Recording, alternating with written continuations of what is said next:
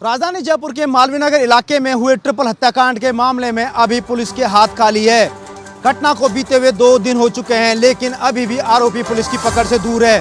Police ने आरोपी की तलाश में 10 से ज्यादा टीमें उत्तर प्रदेश, मध्य प्रदेश और बिहार भेजी हैं, लेकिन आरोपी का कहीं भी सुराग नहीं लगा। मध्य प्रदेश में आरोपी के होने की सूचना मिली थी, लेकिन आरोपी यहां से अपना मोबाइल फोन कर फरार हो गया। उधर दूसरी ओर आरोपी अपने सोशल मीडिया अकाउंट इंस्टाग्राम के जरिए लगातार पोस्ट पर पोस्ट डालकर पुलिस को गुमराह कर रहा है। 7 घंटे पहले, 9 घंटे पहले और 21 घंटे पहले आरोपी ने एक के बाद एक 3 पोस्ट डाली। इन पोस्ट के जरिए आरोपी ने पुलिस को चैलेंज किया और इसके अलावा मीडिया के खिलाफ भी अपशब्द लिखे। इतना ही नहीं, आरोपी पिछले 21 घंटे से लगातार अपने इस इंस्टाग्राम आईडी से सक्रिय होकर लगातार पोस्ट डाल रहा है। सबसे बड़ी बात यह है कि आरोपी ने बेखौफ होकर अपने इस प्रोफाइल पर एक ऐसी पिक्चर लगा रखी है जिससे हर कोई आदमी सहम जाए।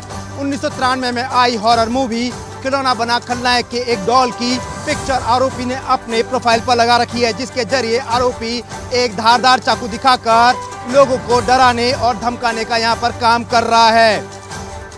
प्रदेश में 25 नवंबर को संपन्न हुए विधानसभा चुनाव की मतगणना 3 दिसंबर को होनी है, जिसकी तैयारियां निर्वाचन विभाग ने पूर्ण करनी है।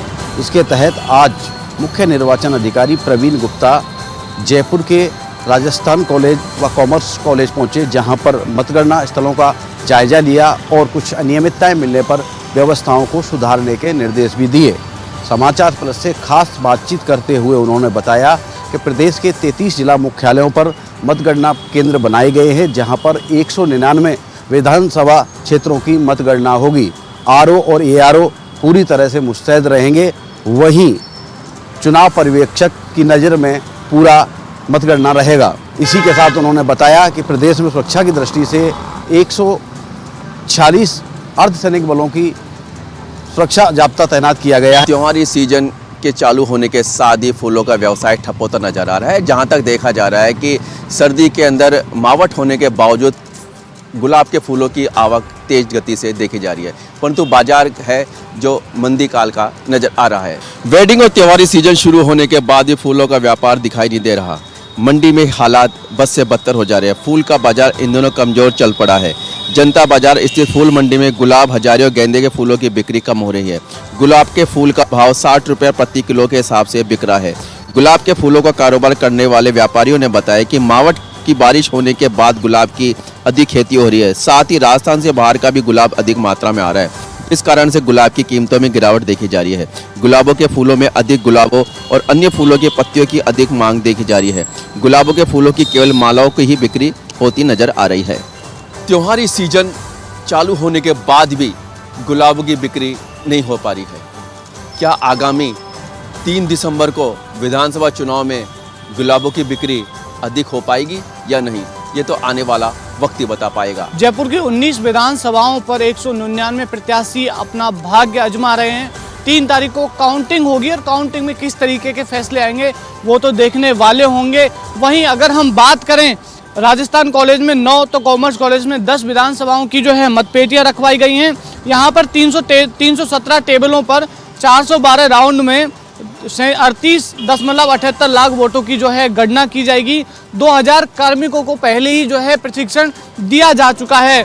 सबसे पहले अगर परिणाम की बात करें तो किशनपोल विधानसभा के आएंगे, वहीं सबसे बाद में जो है परिणाम झोंटवाड़ा विधानसभा के आएंगे। राजस्थान कॉलेज में 103 प्रत्याशियों के लिए 157 टेबलों पर 203 राउंड जो है वो होंगे। वहीं कॉमर्स कॉलेज में 96 प्रत्याशियों के लिए 170 टेबलों पर 209 राउंड होंगे। सर्विस मतों की काउंटिंग जो है सुबह 8 बजे से शुरू होगी। वहीं अन्य वोटर्स जो है उनकी काउंटिंग सुबह 8:30 बजे से शुरू की जाएगी। जिला निर्वाचन अधिकारी का साफ तौर पर कहना है कि दोपहर तक जो है जयपुर की 19 विधानसभाओं के आंकड़े जो हैं एकदम क्लियर हो जाएंगे। एग्जिट पोल के नतीजे सामने आने के बाद अब कांग्रेस को सरकार बनाने की उम्मीद भी नजर आने लगी है। हालांकि एग्जिट पोल के नतीजे जैसे ही सामने आए उसके बाद में ज्यादातर रसीदों में बीजेपी आगे दिखाई दे रही है। हालांकि कांग्रेस प्रत्याशी प्रताप सिंह खाचरियावास ने कहा कि भाजपा लगातार 150 प्लस का दावा करती हुई आ रही है, लेकिन एग्जिट पोल के नतीजे सामने आते ही बीजेपी की पोल खुल गई है। इसके साथ ही कांग्रेस प्रत्याशी प्रताप सिंह खाचरियावास ने कहा कि बढ़ावा जो मत प्रतिशत है वह कांग्रेस सरकार की योजनाओं के कारण है और कांग्रेस सरकार जरूर रिपीट होगी, क्योंकि कांग्रेस सरकार ने पूरे 5 साल में विकास कार्य किए हैं और कांग्रेस की योजनाओं के बल पर ही कांग्रेस सरकार फिर से बनाएगी। 5 राज्यों के विधानसभा चुनाव के बाद आए एग्जिट पोल्स ने सभी राजनीतिक दलों की दुगदगी को बढ़ा दिया है। एग्जिट पोल्स में राजस्थान और मध्य प्रदेश में कांटे की टक्कर बताई जा रही है, जिसके बाद राजनीतिक दलों की टेंशन बढ़ गई है और इसी के मद्देनजर बीजेपी के राष्ट्रीय अध्यक्ष जेपी नड्डा आज मध्य प्रदेश के दौरे पर पहुंचे और नेताओं के साथ गुप्त मंथना भी की। वहीं अगर एग्जिट पोल्स नतीजों में तब्दील होते हैं तो फिर मध्य प्रदेश और राजस्थान जैसे राज्यों में निर्दलीय बागियों और क्षेत्रीय दलों के जीते हुए उम्मीदवारों पर सबकी नजरें रहेंगी। एग्जिट पोल्स को लेकर नेताओं में भी बेचैनी नजर आ रही है। इसे देखते हुए अब रिजॉर्ट पॉलिटिक्स भी शुरू हो गई है। सूत्रों के मुताबिक कांग्रेस ने कर्नाटक में एक रिजॉर्ट भी तैयार कर लिया है। दरअसल कर्नाटक के डिप्टी सीएम डीके शिव कुमार ने कहा है कि हाईकमान आदेश देता है तो वह 5 राज्यों के विधायकों को संभालने के लिए तैयार है। अपराध जगत से निकल रही है अजमेर की बड़ी खबर। अपने प्रेमी के साथ मिलकर एक मां ने अपने ही 10 साल के बेटे को बेरहमी से मौत के घाट उतार दिया। अपने प्रेमी के साथ प्रेमालाप को देख उसके बच्चे ने जब इस बात की जानकारी अन्य को देने की कोशिश की तो लोक लाज के भय से प्रेमी और प्रेमिका ने दोनों ने मिलकर इस बच्चे को दर्दनाक तरीके से पत्थर से कुचलकर मौत के घाट उतारा और उसके बाद नसीराबाद से भीलवाड़ा जाने वाले हाईवे पर पटक दिया। लगभग 12 घंटे बाद शव की शिनाख्ती हुई तो पुलिस ने तफ्तीश की, तब खुलासा हुआ कि बच्चे की हत्यारिन उसकी मां है और उसका प्रेमी। पुलिस ने दोनों को ही गिरफ्तार कर अग्रिम अनुसंधान शुरू कर दिया है। जिला पुलिस कप्तान के मुताबिक जल्द ही दोनों से अन्य राज भी खुलेंगे। तो वहीं दूसरी ओर इस पूरे मामले को लेकर पूरे नसीराबाद सहित जिले में सनसनी का माहौल है। अब देखना यह होगा कि आखिर बच्चे की हत्यारी मां और उसके प्रेमी को अदालत क्या सजा सुनाती है। 3 दिसंबर को राजकीय पॉलिटेक्निक महाविद्यालय में होगी मतगणना। तैयारियों को लेकर जिला निर्वाचन अधिकारी ने कर्मचारियों को दिए निर्देश। विधानसभा आम चुनाव 2023 के लिए मतगणना 3 दिसंबर को प्रातः 8 बजे से राजकीय पॉलिटेक्निक महाविद्यालय में होगी। जिला निर्वाचन अधिकारी भगवती प्रसाद कलार ने यह जानकारी दी। उन्होंने बताया कि मतगणना के लिए निर्वाचन आयोग के निर्देशानुसार समस्त व्यवस्थाएं कर दी गई है। राजकीय पॉलिटेक्निक महाविद्यालय के भूतल पर बीकानेर पश्चिम, बीकानेर पूर्व विधानसभा के लिए तथा कौलायत, लूणकरसर, श्री डूंगरगढ़, खाजूवाला तथा नोखा विधानसभा क्षेत्र की मतगणना महाविद्यालय के प्रथम तल पर संपादित करवाई जाएगी। मतगणना के लिए प्रत्येक विधानसभा क्षेत्र हेतु 2-2 मतगणना हॉल बनाए गए हैं, जिनमें रिटर्निंग अधिकारी तथा सहायक रिटर्निंग अधिकारी की उपस्थिति में मतगणना करवाई जाएगी। जिला निर्वाचन अधिकारी भगवती प्रसाद कलार ने बताया कि मतगणना स्थल के लिए त्रिस्तरीय सुरक्षा व्यवस्था की गई है। किसी भी बाहरी व्यक्ति को अंदर प्रवेश नहीं दिया जाएगा। वहीं उन्होंने बताया कि मतगणना स्थल में प्रवेश के लिए प्रति व्यक्ति के लिए कार्ड जारी किया गया है। कार्ड के साथ ही कोई भी व्यक्ति अंदर प्रवेश कर पाएगा। 12वें विश्व एड्स दिवस पर केशव महाविद्यालय अटरू के छात्र छात्राओं द्वारा जनचेतना रैली निकाली गई। महाविद्यालय के प्राणी शास्त्र विभाग की ओर से निकाली गई जनचेतना रैली में छात्र छात्राओं ने लोगों को एड्स महामारी के बारे में जानकारी दी। उन्होंने एड्स के फैलने, उसके कारण, उसके लक्षण और उपाय भी बताए गए। इस दौरान छात्र छात्राओं ने लोगों को एड्स के प्रति जागरूक रहने के लिए भी प्रेरित किया। इस दौरान महाविद्यालय के निदेशक कृष्ण मुरारी दिलावर ने कहा कि महाविद्यालय की ओर से समय समय पर सामाजिक सरोकार से जुड़े विभिन्न प्रकार के कार्य किए जाते हैं। लोगों को सामाजिक सरोकार से प्रेरित करने के लिए विभिन्न प्रकार की प्रदर्शनियां, रैलियां और जन अभियान भी चलाया जाता है। इस दौरान महाविद्यालय के अध्यक्ष प्रमोद दिलावर ने बताया कि महाविद्यालय की ओर से शिक्षा के स्तर का ऊंचा उठाने और सामाजिक स्तर को भी उच्च स्तर तक पहुंचाने के लिए विभिन्न कार्यक्रम आयोजित किए जाते हैं। इसी श्रृंखला में आज महाविद्यालय की ओर से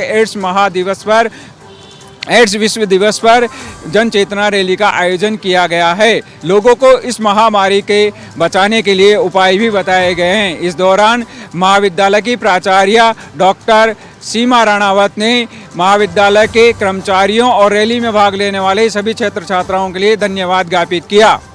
नागालैंड राज्य का आज स्थापना दिवस है। स्थापना दिवस पर राज्यपाल कलराज मिश्र ने राजभवन में नागालैंड वासियों से संवाद कर उन्हें बधाइयां और शुभकामनाएं दी।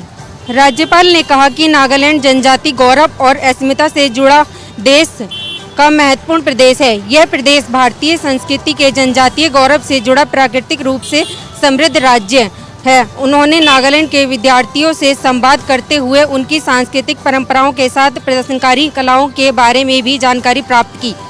आपको बता दें कि 1 दिसंबर 1963 को भारत के 16वें राज्य के रूप में नागालैंड अस्तित्व में आया। नाथद्वारा के लालबाग चौराहे पर एक तेज रफ्तार से आ रहे डंपर ने ट्रॉली को मारी टक्कर, जिसकी वजह से ट्रैक्टर ट्रॉली के आगे चलते टेम्पो से जा टकराई। तेज रफ्तार डंपर ने आगे खड़ी बुलेट बाइक को अपनी चपेट में लेते हुए 50 फीट तक घसीटा और उसके बाद डंपर चालक अपने डंपर को तेज रफ्तार से बाइक को कुचलते हुए फरार हो गया। बताया यह भी जा रहा है कि डंपर के अंदर रेत भरी हुई थी। डंपर चालक को डर था कि कहीं माइनिंग विभाग की टीम उसे पकड़ सकती है। इसी हड़बड़ी में चालक तेज चल रहा था।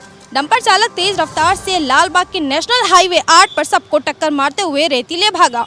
घटना के बाद पुलिस ने आरोपी की जांच शुरू कर दी है। विश्व एड्स दिवस पर आज भगवान दास केतान अस्पताल से एक रैली निकाली गई। पीएमओ कमलेश झाझड़िया ने इस रैली को हरी झंडी दिखाकर रवाना किया।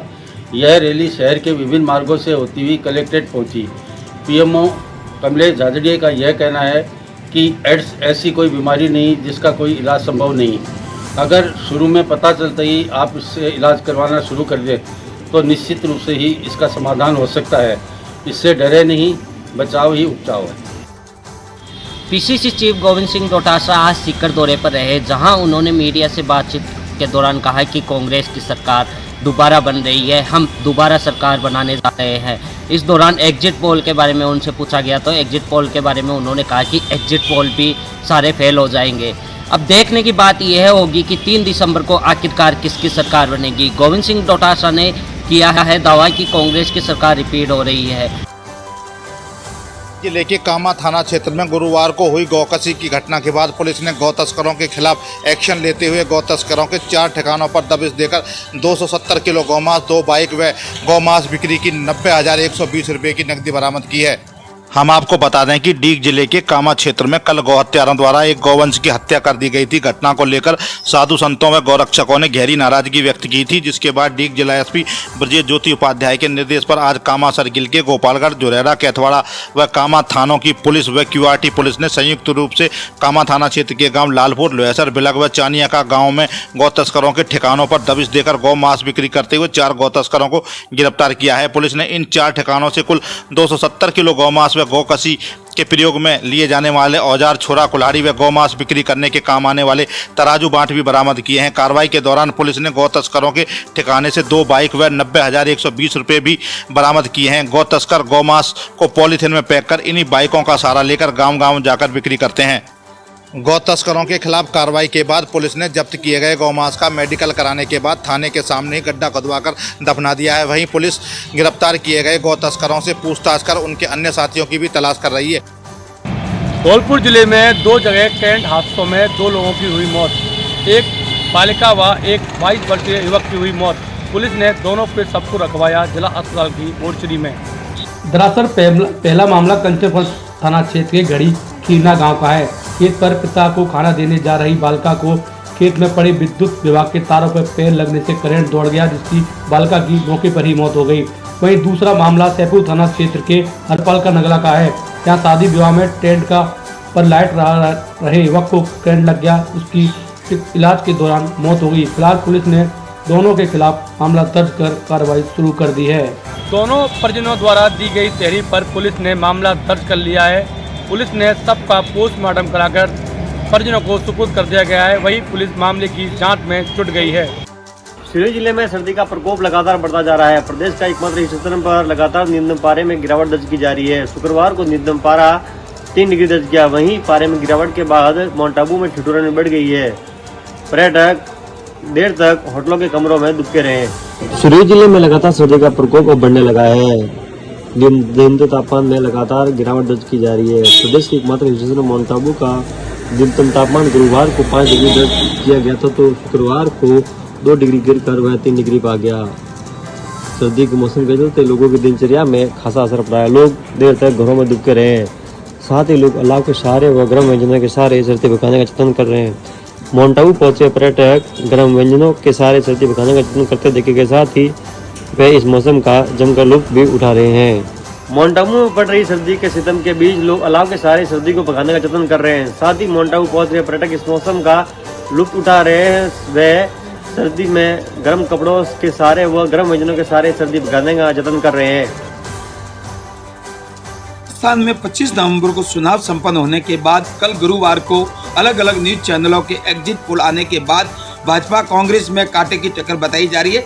लेकिन कई न्यूज चैनल भाजपा की सरकार बना रहे तो कई न्यूज चैनल कांग्रेस की सरकार बना रहे, जिसको लेकर पाली जिले में कई नेताओं से हमने बात की तो उन्होंने कहा कि कांग्रेस के नेता कह रहे कि कांग्रेस की सरकार बनेगी और भाजपा के नेता कह रहे भाजपा की सरकार बनेगी। लेकिन ये तो 3 दिसंबर को ही मालूम पड़ेगी, जो मत की पेटियां खुलेगी जब प्रत्याशी के भाग्य का फैसला होगा। लेकिन मैं आपको बताना चाहूँगा कि पाली जिले की 6 विधानसभा सीटें 2018 में भाजपा ने वहाँ से 5 सीट जीती थी और एक निर्दलीय ने बाजी मारी थी।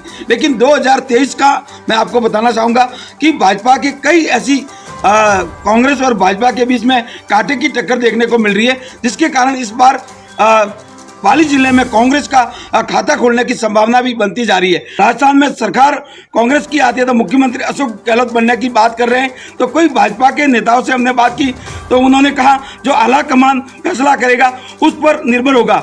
लेकिन कांग्रेस लगातार सरकारी योजना को ऊपर दम पर सरकार रिपीट होने की बात कर रही है।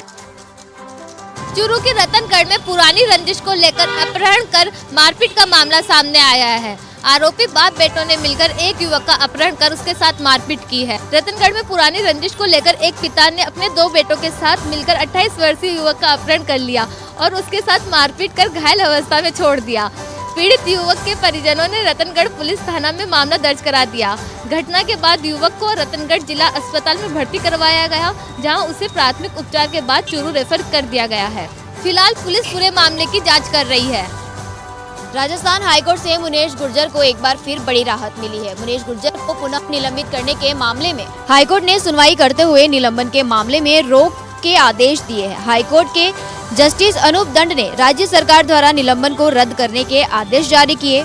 बता दें, कोर्ट ने प्रारंभिक जांच को पुनः करने के लिए आदेश दिए हैं। हाईकोर्ट से राहत मिलने के बाद मुनेश गुर्जर ने कहा कि मैं इस समय वैष्णो देवी आई हूँ, मुझे भगवान पर पूरा भरोसा है। मैं कांग्रेस परिवार की सदस्य हूँ और रहूंगी। बता दें कि घर से 40 लाख और पट्टे की फाइलें बरामद होने के मामले में डीएलबी ने 17 अगस्त को नोटिस जारी कर मुनेश गुर्जर से जवाब मांगा था।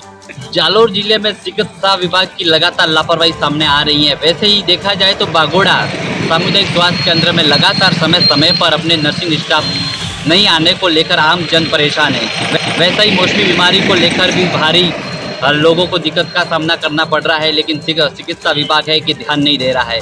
लगातार जालोर जिले के कई प्राथमिक उप स्वास्थ्य केंद्र व सामुदायिक स्वास्थ्य केंद्र ऐसे हैं जिनमें समय पर डॉक्टर की अपनी उपस्थितियाँ नहीं देने के लेकर आम जन परेशान है और भारी समस्या का सामना आम जन को करना पड़ रहा है। वही लगातार सुबह 9 बजे से लेकर 10 से 11 बजे तक चिकित्सा कर्मी अपनी ड्यूटी पे नहीं पहुंचने को लेकर आम जन में रोज भी देखा गया है। बागोड़ा क्षेत्र में कई लोगों ने भी बताया कि हर दिन रोज की यही समस्या है। प्रतिदिन समय पर डॉक्टर नहीं आने को लेकर हम बार बार हमको उधर उधर भटकना पड़ रहा है, उठना पड़ रहा है और निजी अस्पतालों का सहारा लेना पड़ रहा है।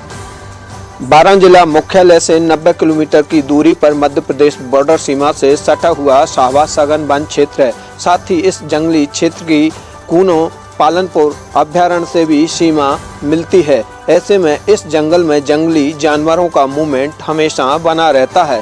वहीं जंगली जानवरों के लिए ये जंगली क्षेत्र रास आता है। वहीं आज शाहबाद क्षेत्र के जंगलों में सांदरी पटारी के जंगलों में एक पैंथर का मृत शरीर पड़ा हुआ मिला।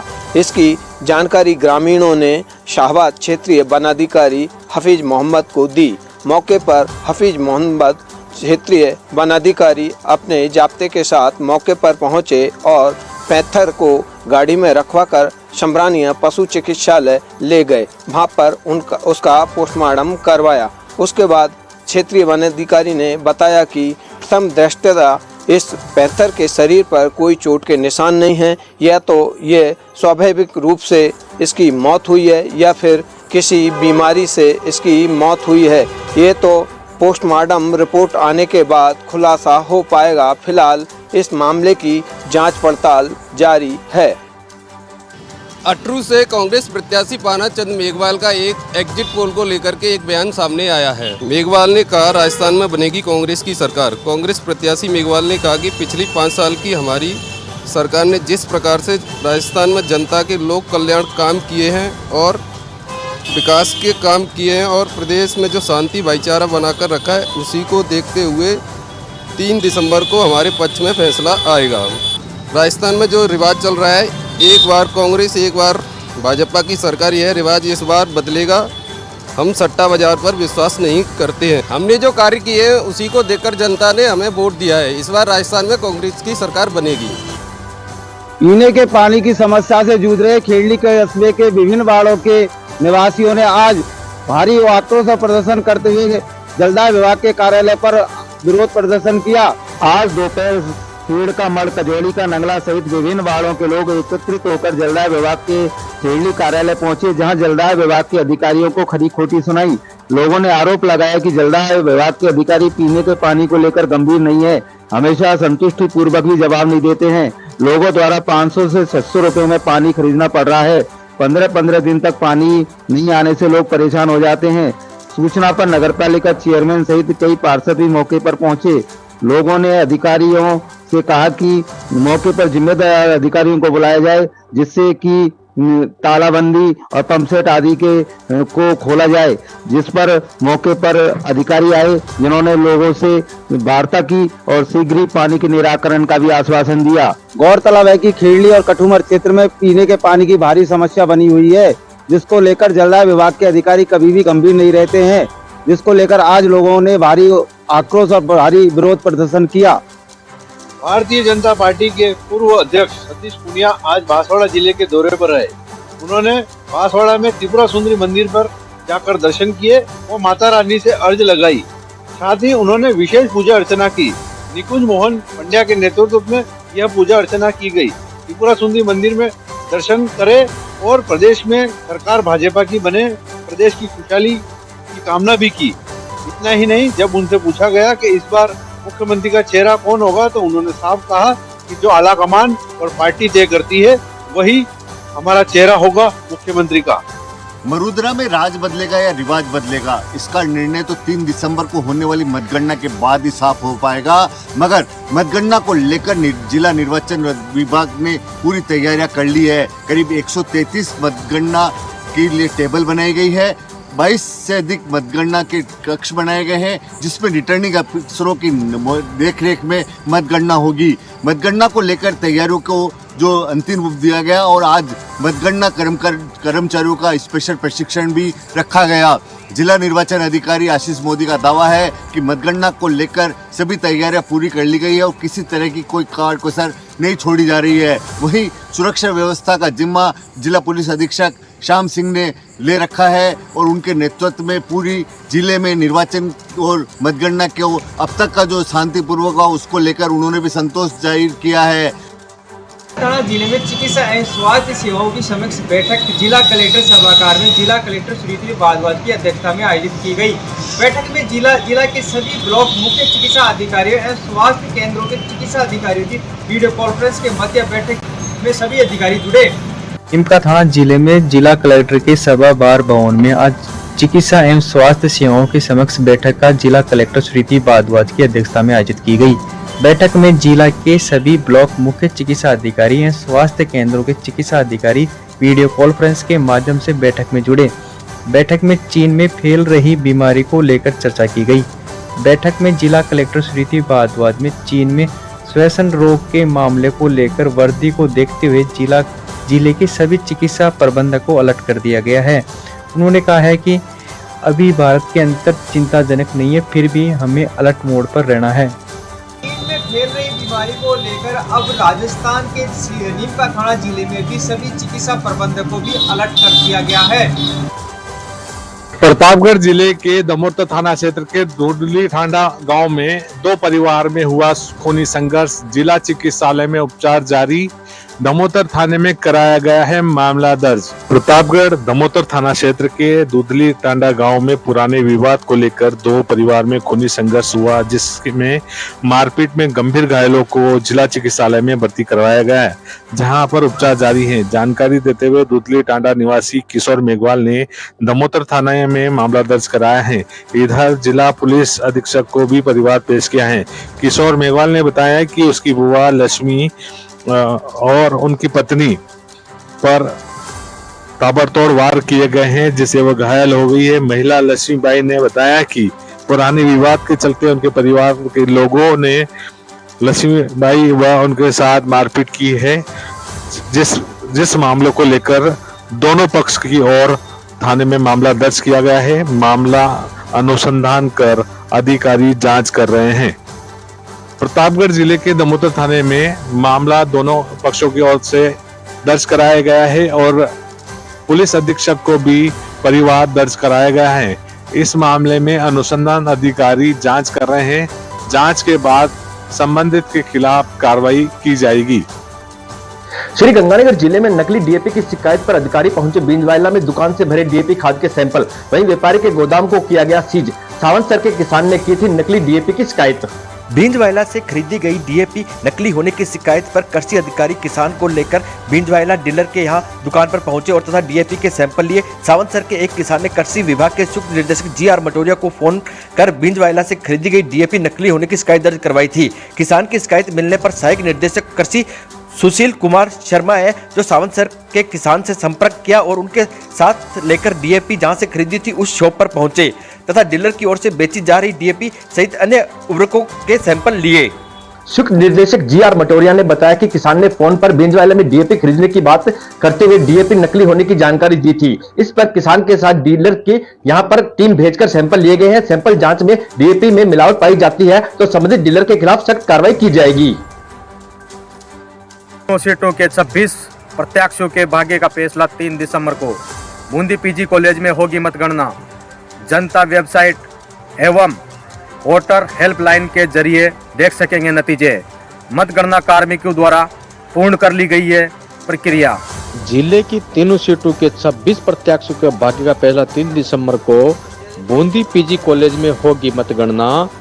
जनता वेबसाइट व वोटर हेल्पलाइन ऐप पर भी परिणाम देख सकते हैं। मतगणना कार्मिकों द्वारा नतीजों को तैयारी पूर्ण कर ली गई है। साथ ही 8:30 बजे ईवीएम में दर्ज मतों की गणना की जाएगी। बूंदी में 318 पोलिंग बूथों की गणना 11 टेबलों पर चलेगी, जो कि 29 राउंड में पूरी होगी।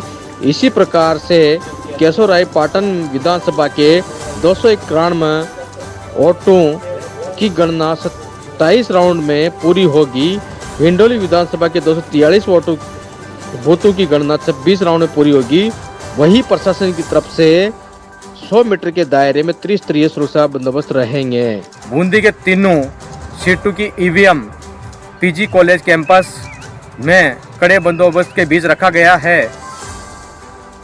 इस अंतर्राष्ट्रीय फेस्टिवल में देशी पर्यटकों को आकर्षित करने के लिए जरूरी है एंट्री फीस को बंद किया जाना, लेकिन इसकी शुरुआत करे तो कौन। महाराणा प्रताप की जन्मस्थली कुंभलगढ़ पर पर्यटन विभाग द्वारा 3 दिवसीय कुंभलगढ़ फेस्टिवल का आयोजन किया गया, लेकिन पुरातत्व विभाग के कर्मचारी देशी और विदेशी पर्यटकों से एंट्री टिकट के नाम पर उलझते नजर आए।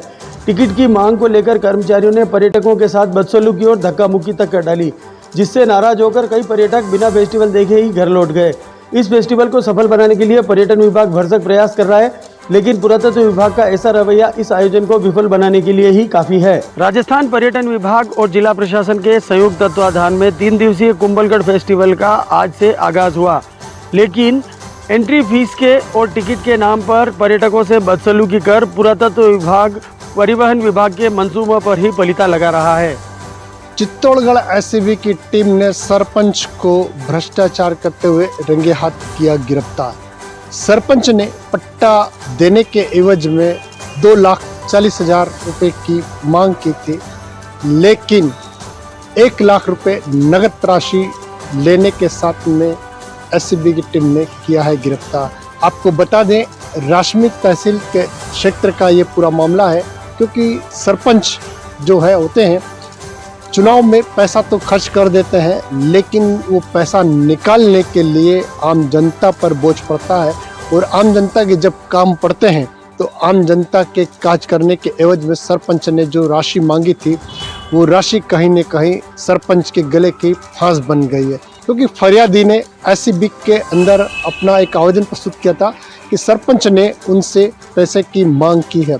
अब एससीबी की टीम ने जितने भी सरपंच जो थे उन सब के नब्ज टटोलना शुरू कर दिए हैं। फिलहाल सरपंच को एससीबी की टीम ने रंगे हाथ गिरफ्तार करने के बाद में मुआवजे के साथ छोड़ा है, लेकिन यह पूरा घटनाक्रम जो है सरपंच और इस क्षेत्र के लिए शर्मसार करने वाली घटना घटित हुई है। राजस्थान विधानसभा चुनाव के विभिन्न एजेंसियों द्वारा एग्जिट पोल जारी करने के बाद अब नेताजी भी सतर्क हो गए हैं। भाजपा पार्टी हो चाहे कांग्रेस पार्टी, दोनों ही दलों के नेता अपने एजेंटों को बारीकी से जानकारी दे रहे हैं। इसी के तहत आज भाजपा पार्टी की ओर से अपने एजेंटों का प्रशिक्षण कार्यक्रम आयोजित हुआ, जिसमें उनको विस्तार से जानकारी दी गई। प्रशिक्षण शिविर कार्यक्रम के दौरान टोडाभीम विधानसभा क्षेत्र से भाजपा प्रत्याशी रामनिवास मीणा ने कहा कि अभिकर्ताओं को मतगणना के दौरान बारीकी से नजर रखनी होगी। वोटिंग मशीन में दिखाए जाने वाले आंकड़े और कागज पर लिखे जाने वाले आंकड़ों का मिलान बड़ी सूझबूझ और पूरी समझ से करना होगा। दरअसल चारों विधानसभा के भाजपा प्रत्याशी विधानसभा वार मतगणना अभिकर्ता प्रशिक्षण शिविर में सभी अभिकर्ताओं को साथ लेकर शामिल हुए। शिविर को संभाग प्रभारी हेमराज मीणा, जिला अध्यक्ष ब्रजलाल डिकोलिया ने भी संबोधित करते हुए अभिकर्ताओं को मतगणना के दौरान बरती जाने वाली सावधानियों से विस्तार से बताया। इस शिविर के बाद जिला भाजपा के मंडल पदाधिकारियों व कार्यकर्ताओं की बैठक भी आयोजित हुई। दौरान करौली भाजपा प्रत्याशी दर्शन सिंह गुर्जर, हिंडौन भाजपा प्रत्याशी राजकुमारी जाटव, सपोटरा भाजपा प्रत्याशी हंसराज मीणा, टोडाभीम भाजपा प्रत्याशी रामनिवास मीणा, जिला महामंत्री धीरेन बैसला सहित पार्टी के विभिन्न पदाधिकारी और कार्यकर्ता मौजूद रहे। 3 दिसंबर को होने वाली मतगणना को लेकर उदयपुर वाटी पुलिस थाने में सीएलजी सदस्य व मीडिया कर्मी व जनप्रतिनिधियों के साथ बैठक आयोजित की गई, जिसमें थाना अधिकारी ने साफ तौर पर निर्देश देते हुए कहा है कि किसी प्रकार की कोई आपत्तिजनक पोस्ट नहीं करेगा। आपत्तिजनक पोस्ट करने वाले के खिलाफ कड़ी से कड़ी कार्रवाई की जाएगी। 3 दिसंबर को होने वाली मतगणना के संदर्भ में पुलिस थाने में सीएलजी सदस्यों की जनप्रतिनिधियों की बैठक हुई आयोजित। थाना अधिकारी ने साफ तौर पर निर्देश देते हुए कहा है कि किसी प्रकार की आपसी सौहार्द बनाए रखना है। आपत्तिजनक पोस्ट करने वालों के खिलाफ नियमानुसार कड़ी से कड़ी कार्रवाई कर मुकदमा दर्ज किया जाएगा। कानून व्यवस्था बिगाड़ने वालों के खिलाफ भी सख्त कार्रवाई की जाएगी। इस दौरान पुलिस की ओर से सोशल मीडिया पर आपत्तिजनक पोस्ट करने वालों पर पैनी नजर रखी जाएगी। बैठक के दौरान नीमका थाना डीवाईएसपी जोगेंद्र सिंह भी मौके पर पहुंचे। वहीं उन्होंने साफ तौर पर कहा है कि किसी प्रकार की कोई आपत्तिजनक पोस्ट करेगा उसके खिलाफ कड़ी से कड़ी कार्रवाई की जाएगी। और जो रैली है वो किसी प्रकार की डीजे है वो उन पर पूरी तरह पाबंदी रहेगी। किसी प्रकार की आतिशबाजी ये नहीं की जाएगी। और जो प्रत्याशी है उसके समर्थक जो 5 तारीख तक है, 5 दिसंबर तक है, धारा 144 है वो लागू रहेगी। आयकर विभाग चूरू की ओर से हुआ कार्यक्रम। शहर के एक होटल में नियमित संचालकों को दी गई पैन कार्ड संबंधी महत्वपूर्ण जानकारी। जिला मुख्यालय पर आयकर विभाग की ओर से पहल करते हुए नियमित संचालकों के संबंध में एक महत्वपूर्ण कार्यशाला का आयोजन किया गया। चूरू शहर के जयपुर रोड स्थित एक होटल में आयोजित कार्यक्रम में प्रधान आयकर आयुक्त प्रतिमा कौशिक की ओर से नियमित संचालकों को विशेष जानकारी दी गई, जिसके तहत बताया गया कि किसी भी नियमित संचालक को पैन कार्ड डुप्लीकेट होने और पैन कार्ड के बारे में तकनीकी खामियों के बारे में जानकारी होनी चाहिए। उन्होंने बताया कि अगर संबंधित व्यक्ति को जानकारी नहीं होती है तो उसके बाद में आगे केवाईसी में काफ़ी दिक्कतें आती हैं और किसी बड़ी कठिनाई का भी सामना करना पड़ सकता है। वहीं आयकर अधिकारी चूरू मुकेश शर्मा ने बताया कि इस प्रकार का आयोजन आयकर विभाग की ओर से पहली बार किया गया, जिसमें शहर के नियमित संचालकों को बुलाकर उनकी शंकाओं का समाधान किया गया। उन्होंने बताया कि इस आयोजन से आने वाले समय में जल्द ही लाभ मिलेगा और पैन कार्ड से संबंधित तकनीकी खामियों को दूर करने में नियमित संचालकों को भी सुविधा रहेगी। इस दौरान शहर के अन्य आयकर अधिकारी, आयकर निरीक्षक एवं आयकर सलाहकार अधिवक्ता भी मौजूद रहे।